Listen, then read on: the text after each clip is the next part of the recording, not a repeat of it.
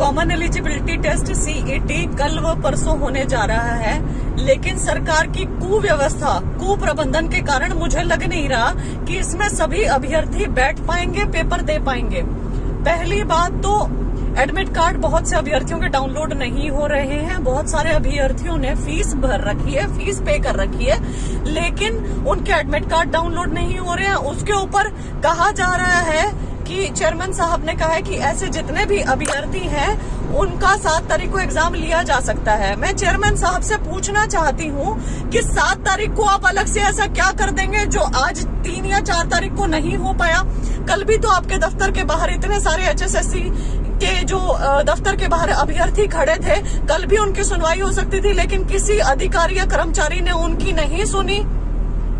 Fees paid है, सब कुछ पेड है। आपके सॉफ्टवेयर की कमी की वजह से, आपकी साइड से टेक्निकल एरर्स की वजह से ये अभ्यर्थी पेपर ना दे पाए, कितनी बड़ी बात है। दूसरी चीज, अखबार में लिखा आता है कि जो भी अभ्यर्थी टेक्निकल एरर की वजह से एग्जाम नहीं दे पाएंगे वो सेंटर पर जाकर प्रोविजनल एडमिट कार्ड लेकर बैठ सकते हैं। तो यह कितनी मतलब बेवकूफाना बात है, लैक ऑफ कॉमन सेंस, कि जब उनका एडमिट कार्ड ही डाउनलोड हो जाता तो प्रोविजनल एडमिट कार्ड की जरूरत क्या होती। और जब उनको पता ही नहीं कहीं से भी कि उनका सेंटर कौन सा है, क्योंकि एडमिट कार्ड तो डाउनलोड हो ही नहीं रहा है, तो कौन से सेंटर पर जाकर वो प्रोविजनल एडमिट कार्ड निकलवाए, ये हमें बता दे सरकार, ये हमें बता दे एचएसएससी।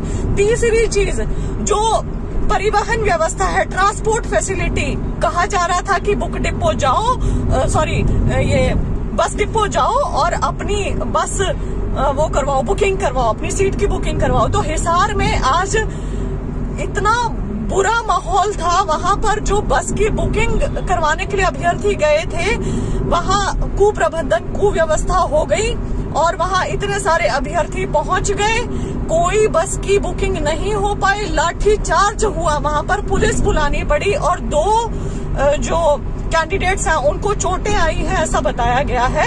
और वहां पर first come first serve basis कर दिया है, मतलब कि जो कल पहले आएगा उसको बस की सीट मिल जाएगी, उसको तो बस पहुंचा देगी उसके गंतव्य तक, जो नहीं आ पाएगा उसका क्या होगा। तो ऐसे में कैसे ये अभ्यर्थी पहुंचेंगे, कैसे अपने स्थान पर जाकर सीईटी का एग्जाम लिख पाएंगे, और कैसे महिला कैंडिडेट्स हैं वो जा पाएंगी। महिला कैंडिडेट्स का क्या होगा। आपका ना एग्जामिनेशन का आखिरी मोमेंट तक पता चला कि कब करवा रहे हो, ऑफिशियल नोटिफिकेशन आपका इतनी लेट आता है, उसके बाद एडमिट कार्ड आपसे जारी नहीं हो पा रहे हैं ढंग से, किसी के 2-2 हो रहे हैं, किसी के 3-3 हो रहे हैं, इतनी उसमें गलतियां हैं, किसी की फीस पे नहीं है उसका आप करवा पा रहे हो, जिसकी फीस पेड है उसका आप नहीं करवा पा रहे हो, उसके बाद ट्रांसपोर्ट फैसिलिटी नहीं है आपके पास, बच्चों के ऊपर आप लाठीचार्ज करवाते हो, और कल का कोई भरोसा नहीं है कि ढंग से पहुंच भी पाएंगे कि नहीं पहुंच पाएंगे। क्या कर रहे हो आप? युवाओं का मानसिक शोषण, इसको कहते हैं एग्जाम लेना।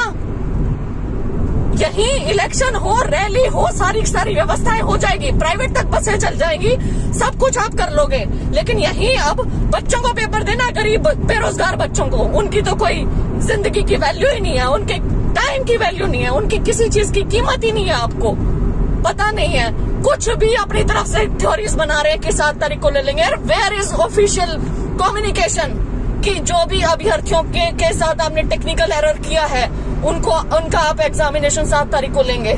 ऑफिशियल कम्युनिकेशन नहीं है, बस किसी न्यूज चैनल के माध्यम से एक बार वर्बली बोल दिया और हो गया। सीरियसली ये तरीके नहीं होते हैं। हरियाणा सरकार जो आप कर रहे हैं, एक तो एग्जाम इतने सारे कैंसिल करके ये सीईटी लिया जा रहा है, और लिया कैसे जा रहा है, बेहद शर्मनाक।